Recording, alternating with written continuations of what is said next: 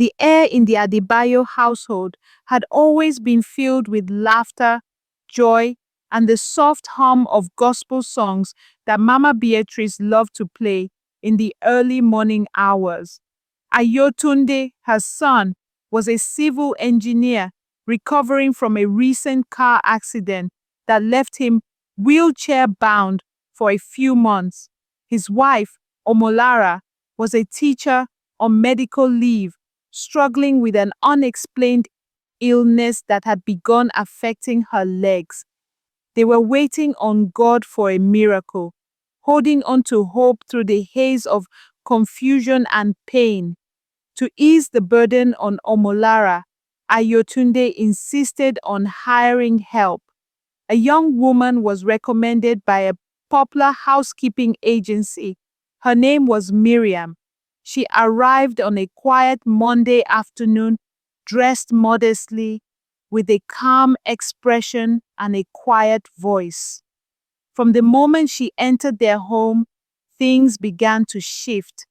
At first, Miriam was the perfect help, respectful, efficient, always on time. She cooked delicious meals and kept the house spotless. Omolara was relieved, thinking this was finally a break in their storm. But Mama Beatrice, who visited often to check on her son and daughter-in-law, was unsettled. "Something about that girl doesn't sit well with me," she told Omolara one day. "Mama, she's harmless. You're just being overly cautious," Omolara replied with a tired smile. But Mama Beatrice was not one to ignore her instincts. She began observing quietly. It began with small things. Miriam would only wear revealing outfits when Ayotunde was home, despite the house being cooled by constant air conditioning. Her demeanor changed too, more bold, more flirtatious. But Ayotunde, a man deeply rooted in his faith, ignored every advance. He respected his wife too much to entertain anything else. Still, tension crept in. Omolara's health worsened. Her legs began to swell, covered with painful sores. Doctors were puzzled. They feared they might have to amputate if her condition didn't improve. She was devastated. Mama Beatrice came to stay for a few days after hearing how bad Omolara's condition had become. From the moment she entered the house and saw Miriam, she stiffened. "Who is this girl dressed like Jezebel in your house?" she asked sharply. "Mama, please. She's been very helpful," Omolara replied weakly. But Mama Beatrice wasn't convinced. She called Miriam over and asked bluntly, "Why are you dressed like this in another woman's home?" Miriam smiled and replied, "Sorry, Mama. The AC in this house is too cold sometimes." Trying to distract her, Miriam rushed to the kitchen and returned with a hot plate of ifo riro and pounded yam. "I made this specially for you, Mama," she said sweetly. The food smelled heavenly. But as Mama Beatrice blessed it and raised the first morsel to her mouth, her spirit screamed. She dropped the food immediately. "Mama, eat now," Omolara encouraged. "Miriam is a great cook." But Mama Beatrice shook her head. "This isn't about taste, it's about discernment." That night, Mama Beatrice insisted on a family prayer. Miriam delayed, saying she was still in the kitchen. They prayed without her. Later that night, Mama Beatrice had a disturbing dream. She saw Omolara eating from a plate full of worms, while Miriam laughed in the background, stirring a pot of those same creatures. Omolara's face began to fade, as if her real self was being erased. The dream shook her to the core. The next morning, she asked her daughter-in-law, "When last did you truly pray in this house?" "Mama, I do pray," Omolara replied, avoiding her eyes.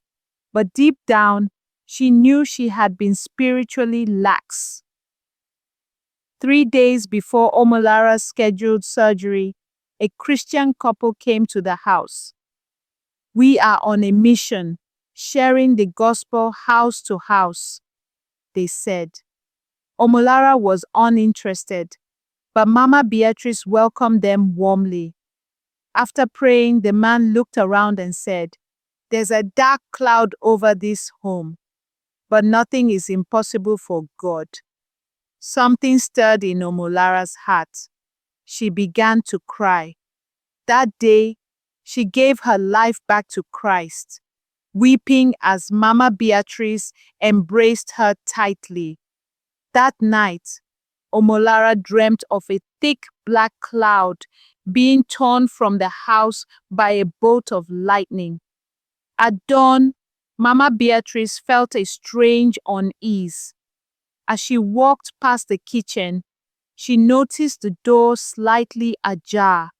She peeked in and saw Miriam stirring a pot filled with live worms. "Jesus!" Mama screamed. Miriam's face twisted with rage. You've been disturbing me since you came into this house." Mama Beatrice didn't flinch.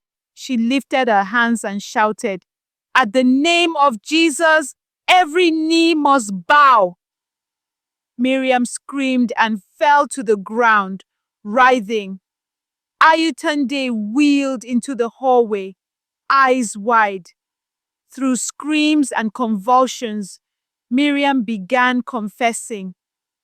"Your daughter-in-law insulted me 2 years ago. I was a laundry worker. She got me fired. I lost everything. This was my revenge. I fed her womb worms to destroy her. I clouded the doctors' minds to make them think it was her legs. I wanted her to suffer, then take her place." Miriam's real name was Sefinat. Years ago, she was a poor laundry woman in a big store.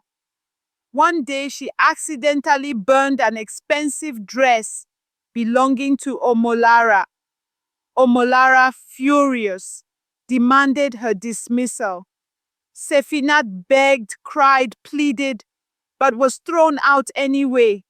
She became homeless, sleeping under bridges. One night, a woman named Madame Remilikun found her and offered her help. "If you want to escape this suffering, do everything I say," she warned. Desperate, Sefinat agreed. She was taken to a mansion and initiated into a dark spiritual cult where desperate women were transformed into household destroyers. Their goal? Infiltrate homes, destroy marriages, claim destinies. Her first assignment had ended in the mysterious death of a madam. The next one brought her to Omolara's house, the woman she had sworn to ruin. Ayotunde called the police. Miriam, still confessing, was arrested. Omolara wept and asked for forgiveness, for her pride, for her harshness in the past. Together, the family rededicated their home to God. From that day, things began to change. Omolara's wounds dried up. Her legs began to heal. By the 3rd week, the sores were gone. One morning, she woke up to find her legs completely restored. Praises filled the house. Neighbors came to celebrate. Omolara testified at church, sharing her story through tears and joy. She vowed never to look down on anyone again. A month later, she visited the hospital for a checkup. She had been feeling different, lightheaded and emotional. The doctor smiled. "Madame, congratulations, you're pregnant." Omolara collapsed into tears. The Adebayo home became a testimony of God's grace. They never hired another maid. Omolara took joy in caring for her husband and home herself. They learned that no amount of modern comfort could replace the presence of God in their home. And no matter how small someone may look today, treat everyone with love, because tomorrow holds secrets only God knows.